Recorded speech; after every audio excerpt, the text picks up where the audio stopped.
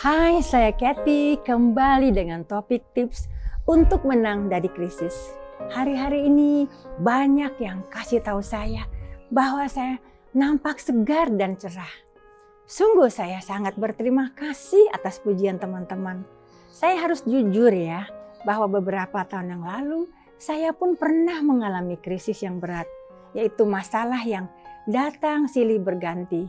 Sebagai manusia rasanya sudah tidak berdaya dan sedih sekali. Curhat dengan orang yang dekat bukan dihibur, malah dihakimi atau direndahkan. Rasanya dunia ini jadi gelap dan tidak tahu harus kemana lagi. Untung masih ada teman yang baik, walaupun hanya teman biasa yang sederhana, tapi tulus hatinya. Kata-katanya sangat membangun atau memberi semangat. Banyak yang curhat kepada saya krisis yang dialami hari-hari ini.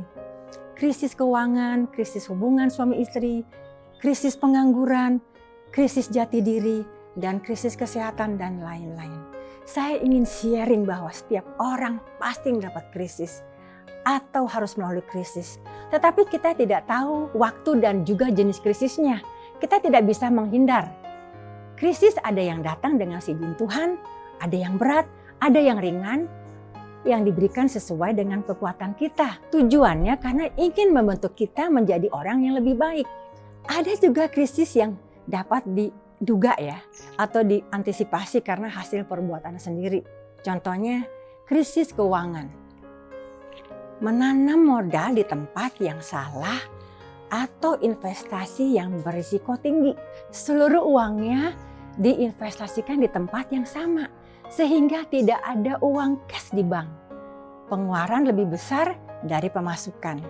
Bermain judi atau investasi di tempat penipu atau investasi bodong. Krisis karena di PHK pasti cukup berat jika tidak ada pemasukan untuk membeli kebutuhan sehari-hari. Nomor 2, krisis hubungan suami istri. Salah satu pasangan sering selingkuh dan dapat dirasakan oleh partnernya. Suami atau istri sering berkata kasar, menikah karena kasihan, dijodohkan oleh orang tua, tanpa ikatan batin atau cinta. Pribadi atau kebiasaan yang berbeda. Contohnya si suami tidak dermawan, sedangkan si istri seorang yang murah hati. Dan jika uang mereka disatukan sering terjadi konflik atau perselisihan. Perbedaan umur yang jauh atau edukasi, pasti akan ada gesekan, cepat atau lambat dalam beberapa hal. Jika si istri udah terbiasa hidup nyaman, tiba-tiba suami bangkrut atau kena PHK, hubungan juga bisa dalam krisis. Di sini saya tidak akan membahas krisis kehidupan secara detail, tapi saya percaya bahwa krisis kehidupan yang kita alami akan berlalu. Jangan percaya ya bahwa ada orang yang luput dari krisis kehidupan. Karena masih banyak orang yang munafik atau lebay karena ingin jaga image, jadi mereka pura-pura bahagia. Saya ingin bagikan beberapa solusi untuk bisa menang atau bisa melewati krisis dengan sukses sesuai dengan pengalaman saya ya. Nomor 1, sabar dan tegar. Jangan pernah berpikir untuk menghindar dari krisis atau masalah.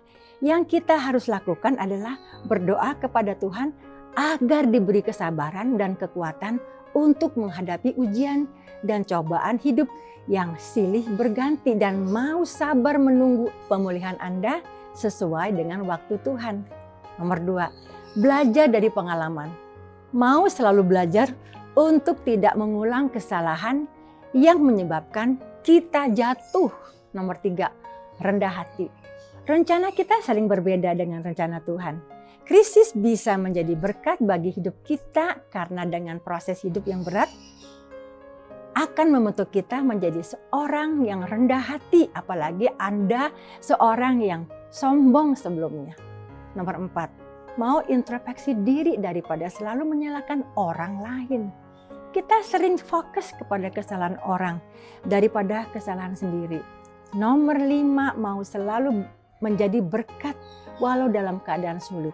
Manusia condong untuk menjadi tidak peduli atau egois pada saat dalam kesulitan. Padahal tanpa disadari Tuhan sedang menguji pikiran dan hati kita.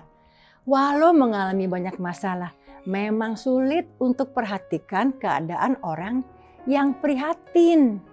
Percayalah, segala sesuatu yang Anda lakukan, anggaplah untuk Tuhan, bukan untuk manusia. Saya yakin Tuhan akan memulihkan keadaan kita jika kita mau berubah dengan menjaga hati, pikiran, dan tindakan sesuai dengan kehendak-Nya. Saya berharap dengan beberapa tips ini, cepat atau lambat, akan terjadi pemulihan dalam hidup Anda. Semoga tips ini berkenan bagi Anda. Salam dari saya dan sampai jumpa lagi.